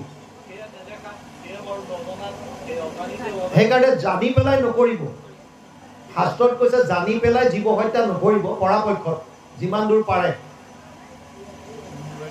দূৰ পাৰে নকৰিব কিন্তু কিছুমান ক্ষেত্ৰত এতিয়া মানুহে কৰি আছে উপায় নাইকিয়া হৈছে নাই কৃষ্ণ নাম লৈ আপুনি যেতিয়া হত্যা কৰিছে আপোনাৰ তামসিক ভক্তিক আহিল পৰক মাৰিবে প্ৰতি মনত সংকল্প কৰে দম্ভ বা মৎসৰ আতিশয় তিনিও প্ৰকাৰৰ মুখ ভকতি কৰিলে এইটো তামক ভক্তি বুলি কয় আপোনাৰ তাত সকাম ভক্তি একাশী বিধত এইটো তামক ভক্তিত আহিব মৰাটো বাদ দিয়ক আপুনি বেলেগক মাৰিবৰ কাৰণে ইচ্ছা মাত্ৰ কৰি যদি ঈশ্বৰৰ ওচৰত গৈছে হে প্ৰভু মোক অকমান কৃপা কৰা তাক যাতে আজি ৰাতি এক ঘোষা মাৰিব পাৰো সেইটো আপোনাৰ তামসিক ভক্তি আপুনি উৰাই দিব পাৰে আপোনাৰ কিমান তেজ নিব আপুনি যদি উৰাই দিয়ে আপুনি গমেই পাইছে যে মহটোৱে খাইছে আপুনি মাৰি দিয়াতকে আঁতৰাই দিলেওতো পাৰে একো ডাঙৰ কথা নহয় অভ্যাসটো কৰক চাওক সব খেল হৈছে মনৰ ভাৱ সব বস্তু ডিপেণ্ড কৰিছে মনৰ ভাৱত আপুনি নজনাত যদি কিবা এটা হৈ গ'ল একো ডাঙৰ কথা নহয় আপোনাক কোৰ্টেও আপুনি এটা মাৰ্ডাৰ কৰিলে কোনোবা এটা মানুহ আপোনাৰ এক্সিডেণ্ট হ'ল মৰি গ'ল কোৰ্টেও জাজমেণ্ট দিব আপোনাৰ এটিচিউডটো চাই আপোনাৰ মনৰ ভাৱ কি আছিল আপুনি ইচ্ছা কৰি মানুহটোক মাৰিলে নে নিজক বচাবলৈ যাওঁতে মাৰিলে নে নজনাকে এক্সিডেণ্ট দুৰ্ঘটনাত হৈ পেলাই মৰিলে আপোনাৰ যিটো এটিচিউড যিটো আপোনাৰ ভাৱধাৰা কি আছিল সেইটোৰ ওপৰতহে আপোনাক পানিছমেণ্টটো দিব এতিয়া আপুনি জানি শুনি যদি জানিছে যে মহটোৱে পৰি আছে আপুনি যেতিয়া গমেই পাইছে যে মাৰি দিয়াটো বেয়া আপুনি খেদি দিলেতো ক্ষতিটো কি আছে বুজি পাইছে না আৰু তেতিয়া অলপ অলপকে হ'লেও তমগুণবিলাক আপোনাৰ মনৰ পৰা নাইকিয়া হ'ব ভাৱবিলাক নাইকিয়া হ'ব কাৰণ ভগৱানে মহটোৰ গাতো প্ৰভু ভগৱন্ত বিৰাজমান হৈছে লেটিনৰ গাঁতত থকা পোক যিটো কীট আছে তাতো ভগৱান বিৰাজমান হৈ আছে গতিকে আপুনি সমস্ত ভূতত ব্যাপী আছো মই হৰি বুলি কৈছে যিমান পাৰে সেই ভাৱটো যদি আনে এসময়ত আপুনি দেখিব যে আপুনি নিজে নিজে আনন্দ হৃদয়ত উপলব্ধি কৰিব পৰা হৈছে প্ৰতিটো হয় কওক কৃষ্ণ বাৰু যি কি নহওক সময় হৈছে আমি ভাবিছোঁ আৰু দুটামান কথা সপ্তমৰ পৰা জানিবলগীয়া আছে সেইকেইটা বুজি লওক সপ্তম আমি 14 নম্বৰ শ্লোকলৈকে পালোগে তাৰপিছত আহক 15 নম্বৰ শ্লোক ভগৱান কৃষ্ণই অৰ্জুনক কৈছে হে অৰ্জুন নমং দুষ্কৃতিনো মূঢ়া প্ৰপদ্যন্তে নৰাধম মায়ায়া অপহৃত জ্ঞানম আসুৰ ভাৱম আশ্ৰিতম সপ্তম অধ্যায় 15 নম্বৰ শ্লোক নমং দুষ্কৃতিনো মূঢ়া প্ৰপদ্যন্তে নৰাধম মোক এইকেইটা মানুহে মোৰ ভজন নকৰে কোনে কোনে যিবিলাক 1 নম্বৰ কৈছে ইয়াত যাৰ মায়াৰ দ্বাৰা জ্ঞান হৰণ কৰি নিলে এনে অসুৰ স্বভাৱ ধাৰণ কৰা মনুষ্যৰ ভিতৰত নিজ দূষিত কৰ্ম কৰা মূঢ় লোকে মোৰ ভজন নকৰে। যাৰ জ্ঞানটো মায়ায়ে হৰণ কৰি লৈ গ'ল, নমাম দুষ্কৃতিনো মূঢ়া মানে অজ্ঞানী, প্ৰপদ্যন্তে নৰাধম, নৰৰ ভিতৰত যিটো নধম, আৰু যাৰ জ্ঞান মায়ায়ে হৰণ কৰি নিলে এওঁলোকে মোক কেতিয়াও ভজন নকৰে। এতিয়া মোক কোনে ভজন কৰে? 16 নম্বৰ শ্লোকত কৈছে, চতুৰ্বিধা ভজন্তে মাম জনা সুকৃতিন অৰ্জুন আৰ্ত জিজ্ঞাসু অৰ্থাৰ্থী জ্ঞানী চ ভৰতৰ সব। হে অৰ্জুন, 7ম অধ্যায় 16 নম্বৰ শ্লোক গীতা, মোক 4 ধৰণৰ মানুহে ভজন কৰে। প্ৰথমটো কৈছে আৰ্ত, বিপদত পৰি ৰাম নাম লয়, বিপদ গ'লে ভগৱানৰ কথা পাহৰে, এনেকুৱা এবিধ ভকত আছে। এবিধ আছে জিজ্ঞাসু, যাৰ জানিবলৈ ইচ্ছা। জিজ্ঞাসু জিজ্ঞাসাৰ পৰা আহিছে, যোনে জনাৰ ইচ্ছা, প্ৰবল হেঁপাহ। মই কোন, ক'ৰ পৰা আহিলো, কি কৰা উচিত, ক'লে যাম, ঈশ্বৰ কি, পৰমাত্মা কি, এই কথাবিলাক, আত্মা কি, জানাৰ ইচ্ছা, প্ৰবল হেঁপাহ। তেনেকৈ মোৰ ওচৰত যিবিলাক আহিল সেইবিলাকক কৈছে জিজ্ঞাসু। এবিধ আছে অৰ্থাৰ্থী, অৰ্থ মানে যিকোনো এটা মতলব লৈ পেলাই যিবিলাক আহে, যেনে ধ্ৰুৱ। আৰ্টৰ সুন্দৰ উদাহৰণ হৈছে গজেন্দ্ৰ, অৰ্থাৰ্থীৰ সুন্দৰ উদাহৰণ হৈছে ধ্ৰুৱ। ধ্ৰুৱই সিংহাসন লাভ কৰিবৰ কাৰণে গৈছিল। আমাৰো বহুত ভক্তই কেৱল সাংসাৰিক বস্তু বিচাৰিহে ভগৱানৰ ওচৰত যায়। মোৰ যাতে ল'ৰাটোৱে চাকৰি এটা পায়, ছোৱালীজনীৰ পৰীক্ষা যাতে ভাল হয়, ছোৱালীজনীৰ কাৰণে দৰা এটা যাতে ভাল পাওঁ, ল'ৰাটোৰ কাৰণে ছোৱালী এজনী যাতে ভাল পাওঁ, ইত্যাদি ইত্যাদি ভাৱনা লৈ সংসাৰৰ বস্তুবিলাক বিচাৰি যাওঁ আমি, এইবিলাক অৰ্থাৰ্থী। আৰু এজন আছে যিজনক কৈছে জ্ঞানী, যিজনে জানিছে মানুহৰ জীৱন পাই কৃষ্ণক যে ভজন কৰাৰ অবিহনে বেলেগ গতি নাই, এই সত্যটো যোনে উপলব্ধি কৰি পেলাই ঈশ্বৰ ভক্তি কৰিছে সেইজনক জ্ঞানী বুলি কৈছে। আৰু ভগৱানে কৈছে তেষাম জ্ঞানী নিত্যযুক্ত এক ভক্তিৰ বিশিষ্যতে প্ৰিয় হি জ্ঞানীনো অতৰ্থম সচ মম প্ৰিয়। সেইজন মোৰ প্ৰিয়। কোনজন? যিজন জ্ঞানী ভকত, যিজনে গম পালে যে মোক ভজন কৰাটো মনুষ্য জীৱনৰ কেৱল আৰু কেৱল কৰ্তব্য, তাৰ বাহিৰে বেলেগ আৰু একো হ'ব নোৱাৰে। আপুনি সংসাৰখন চলাই নিবৰ কাৰণে ইন্দ্ৰিয়ৰ দ্বাৰা বেলেগ কৰ্ম পৰিছে, কৰি থাকক। ভাৱত সদায় ঈশ্বৰক ৰাখিবলৈ চেষ্টা কৰক। ভাৱটো কেৱল ঈশ্বৰময় কৰি ৰাখক, বছ, কাম সিমানে। কৰ্মৰ দ্বাৰা ভুল হলেও ভগৱানে আপোনাৰ ভাৱত যদি ভগৱানক বিৰাজমান কৰি ৰাখিব পাৰিছে, তেতিয়া কৰ্মৰ দ্বাৰা কৰবাত কিবা কম বেছি হলেও এইবিলাক কোনো ধৰণৰ গুৰুত্ব নিদিয়ে। কেৱল মেইন ঘটনাটো কি? আপোনাৰ ভাৱত কি চলি আছে। কাৰণ ভক্তি মাৰ্গত মূল হৈছে ভাৱ, সেইকাৰণে ভাৱৰ কথা বেছিকৈ আহিছে। তাৰপিছত মূল কৈছে এটা ঘটনা, বহুনাম জন্মনামন্তে জ্ঞানবান প্ৰপদ্যন্তে বাসুদেৱ সৰ্বমিতি স্বমহাত্মা সুদুৰ্লভ। 7ম অধ্যায় 19 নম্বৰ শ্লোকত কৈছে বহুত জন্মৰ পুণ্যৰ ফলত এনেকুৱা জ্ঞানীজনৰ জন্ম লাভ কৰে, যিজনে বাসুদেৱম সৰ্বমিতি বুলি মানি লয়। তাৰমানে প্ৰভু ভগৱন্ত সকলোতে বিৰাজমান, এই সত্যটো জানি লোৱা। এই সত্যটো জনা জ্ঞানীজনৰ অৰ্থাৎ তেনেকুৱা ভকতৰ জন্ম বহুনাম জন্মনামন্তে, বহুত জন্মৰ অন্তৰ ফলতহে তেনেকুৱাজন পুৰুষৰ জন্ম লাভ হয়, যিজনে বাসুদেৱম সৰ্বমিতি চব মহাত্মা সুদুৰ্লভ। তেনেকুৱা মহাত্মা পোৱাটো দুৰ্লভ। নেমি ৰজা ওচৰলৈ নৱসিদ্ধ যাওঁতে নেমি ৰজাই কৈছে দুৰ্লভম মানুষ দেহ দেহিনাম ক্ষণভংগুৰ তত্ৰাপি দুৰ্লভম মন্যে বৈকুণ্ঠ প্ৰিয় দৰ্শনম। 11:2-29 একাদশ খণ্ড 2য় অধ্যায় 29 নম্বৰ শ্লোক ভাগৱত।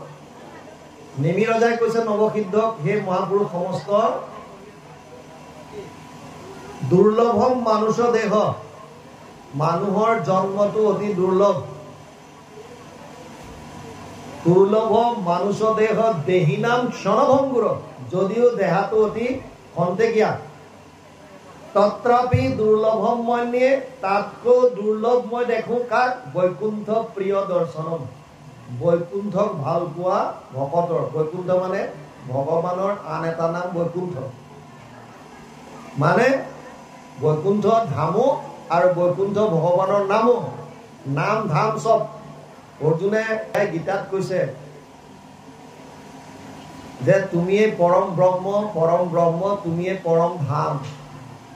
পৰম ধাম তাৰমানে এইকাৰণে বৈকুণ্ঠ ভগৱানৰ নাম এটা ভগৱানক ভাল পোৱা ভকতৰ দৰ্শন পোৱাটো অতি দুৰ্লভ বুজি পাইছে গতিকে ইয়াতো কৈছে যে বহুনাম জন্মনামন্তে জ্ঞানবান মান প্ৰপদ্যন্তে বাসুদেৱ সৰ্বমিতি সমহাত্মা সুদুৰ্লভ ভগৱানে যে সকলো হয় বা সকলো যে ভগৱানে এই সত্যটো বুজি পোৱা মহাত্মাৰ দৰ্শন পোৱাটো অতি দুৰ্লভ তাৰ পাছত আহিছে বৰ সুন্দৰ কথা এটা এই কথাটো বুজি লওক বৰ্তমান সময়ত অতি জানিবলগীয়া কথা সপ্তম অধ্যায়ৰ বৰ ডাঙৰ কথা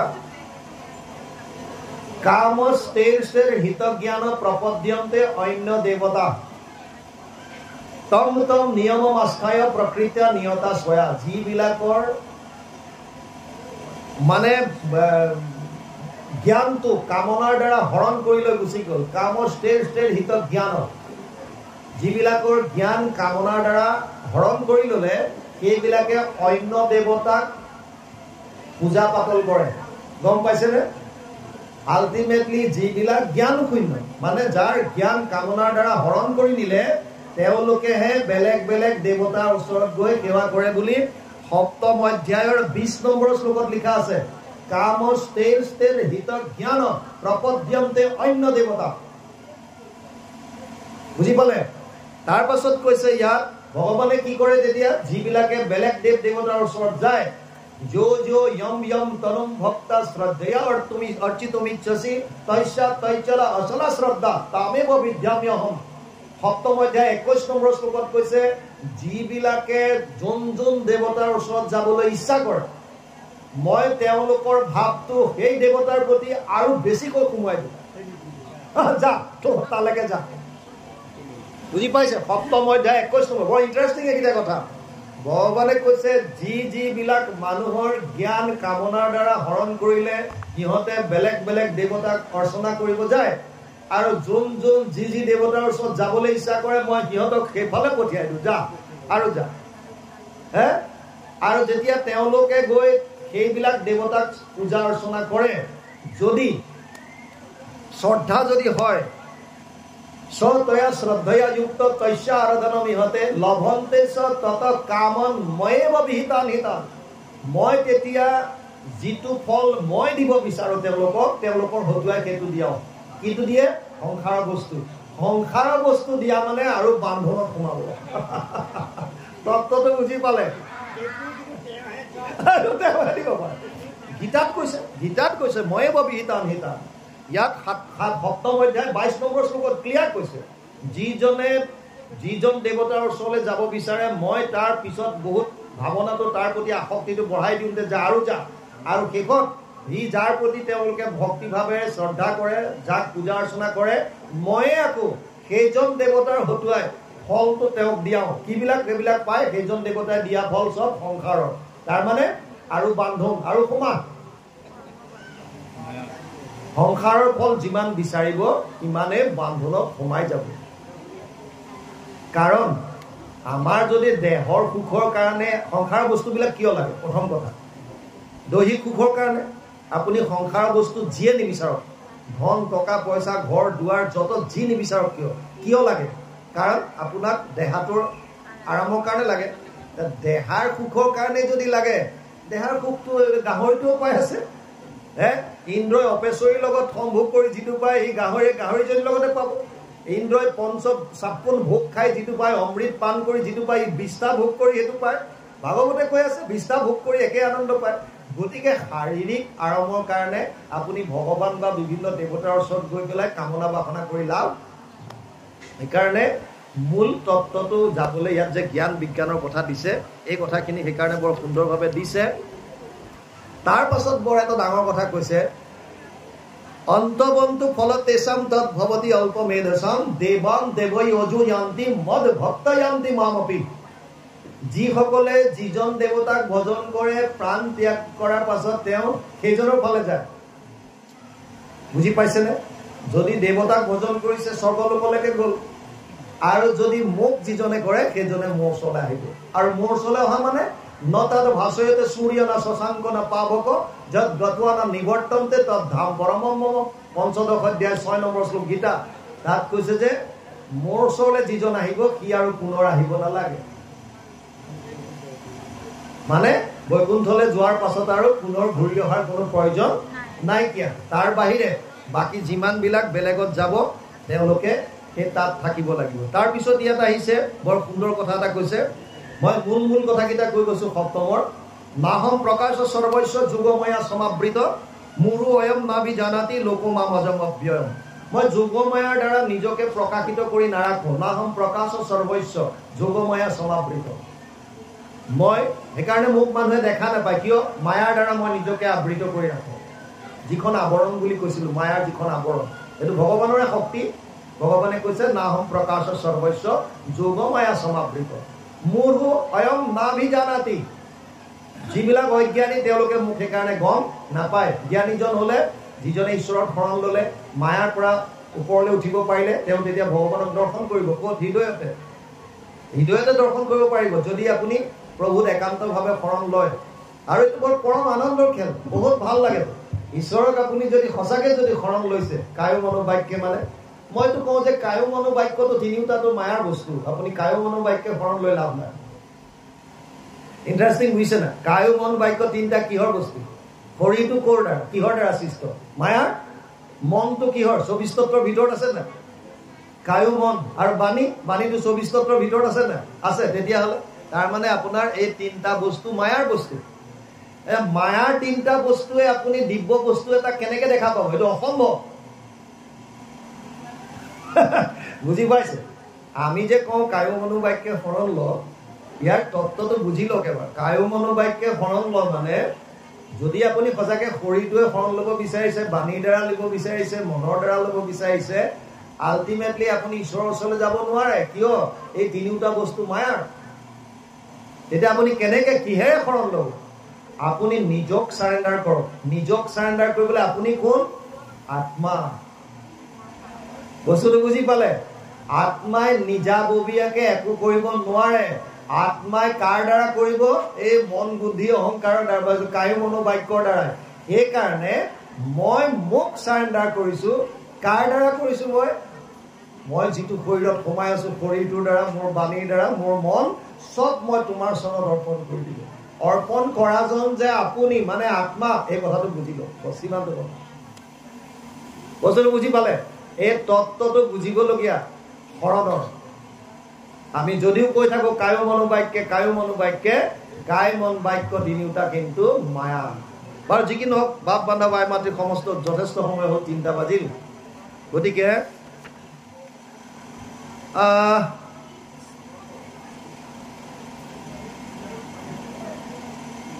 এটা কথা শেষত বুজি লওক আৰু ২৯ নম্বৰ শ্লোকত এটা কৈছে জৰা মৰণ মোক্ষায় মামাশ্ৰিত যতন্তিয়ে তে ব্ৰহ্ম তদ্বিদু কৃষ্ণম অধ্যাত্মম কৰ্ম চাকিলম যিজনে মোৰ শৰণাগত হৈ জৰা মৰণৰ পৰা পৰিত্ৰাণ পাবলৈ যত্ন কৰে সেই সকল পুৰুষেহে সেই ব্ৰহ্মক সম্পূৰ্ণ আধ্যাত্মক তথা সম্পূৰ্ণ কৰ্মক জানে তাৰ মানে আল্টিমেটলি যেতিয়ালৈকে আপুনি টোটেল সাৰেন্ডাৰ নকৰে শৰণ নলয় তেতিয়ালৈকে আপুনি না ব্ৰহ্মক জানিব পাৰিব না নিজক জানিব পাৰিব না তত্ত্ববিলাক বুজি পাব সেইকাৰণে ঈশ্বৰক জানিব পৰা এটাই উপায় আছে প্ৰথম কথা আপুনি আত্মাক ভগৱানৰ চৰণত শৰণ কৰক এটোকে সম্পূৰ্ণ শৰণাগতি বুলি কৈছে যেটো টোটেল সাৰেন্ডাৰ বুলি কয় বলিয়ে প্ৰথমতে বিভিন্ন ধৰণৰ দিলে বস্তু বাহিনী অৰ্পণ কৰিলে কিন্তু কাম হোৱা নাই শেষত তেওঁ তাৰ মানে নিজক সম্পূৰ্ণৰূপে সাৰেন্ডাৰ কৰি দিলে না সেই সাৰেন্ডাৰ ভাৱটো আনিব লাগিব যে মই মোক তোমাৰ চৰণত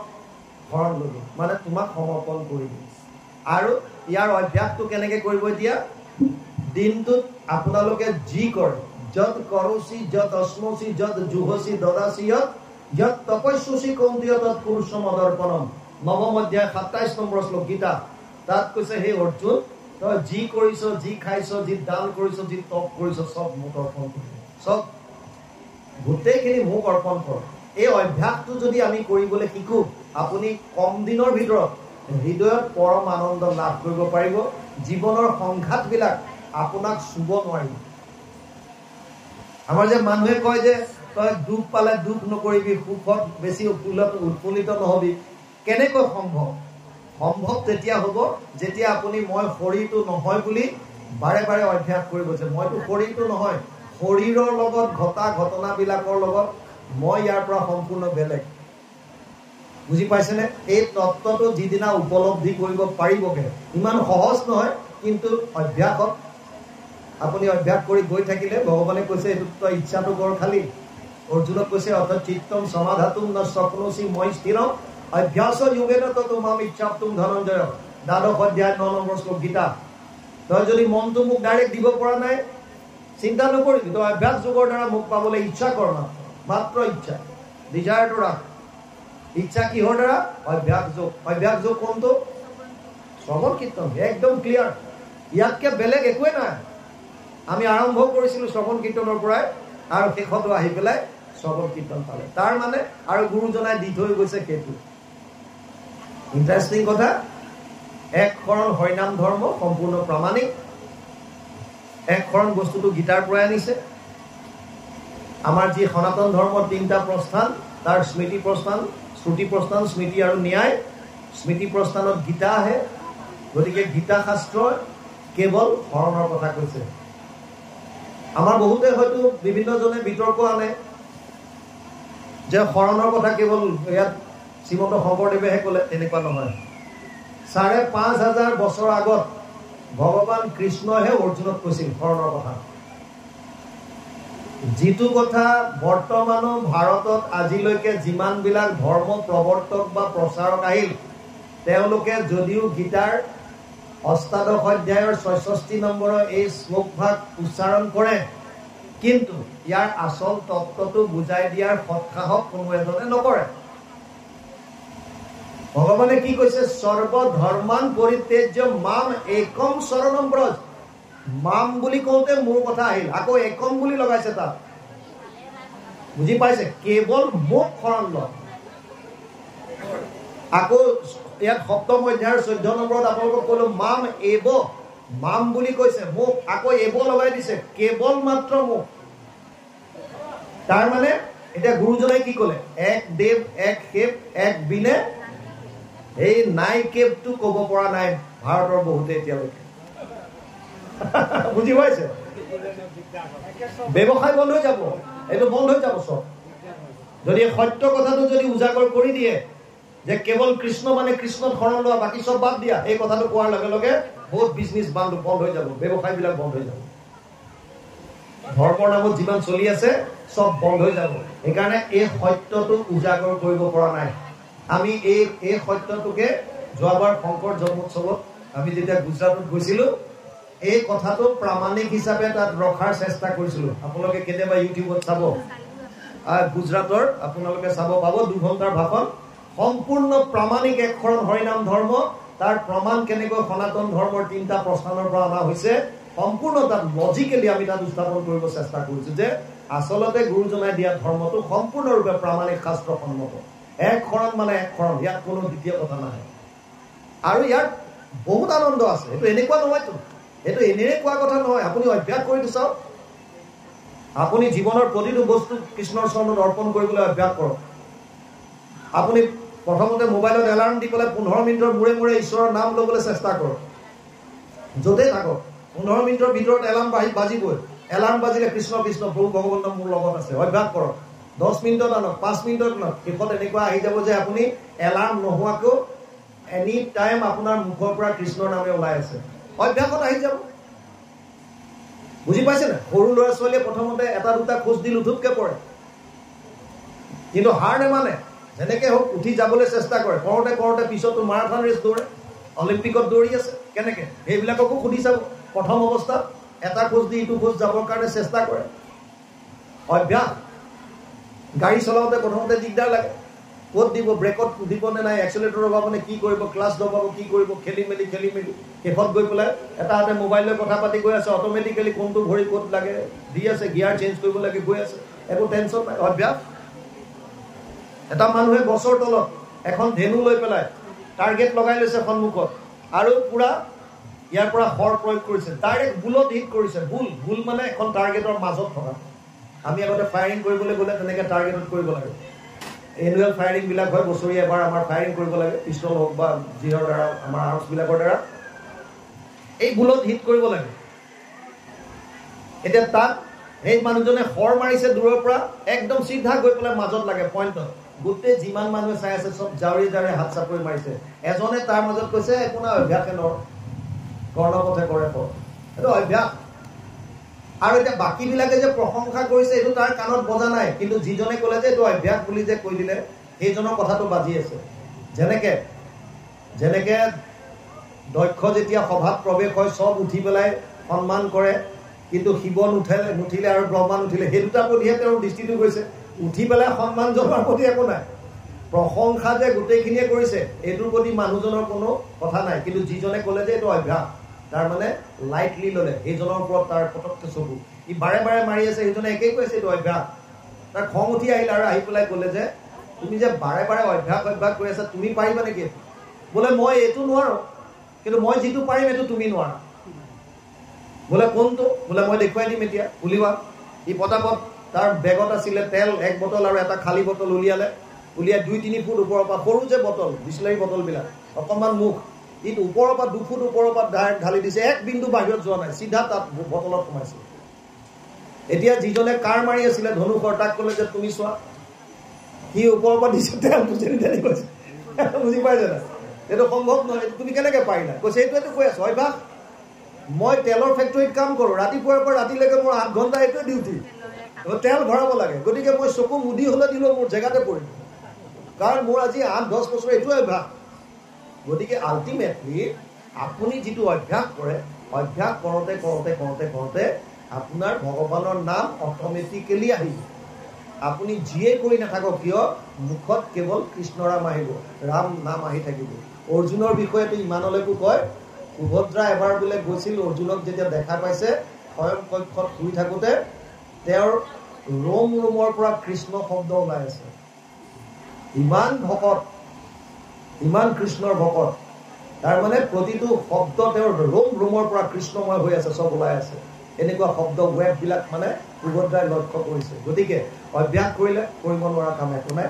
যিকি নহওক বাপ বান্ধৱ আমাৰ সমস্ত 7ম অধ্যায় আপোনালোকে শ্ৰৱণ কৰিলে।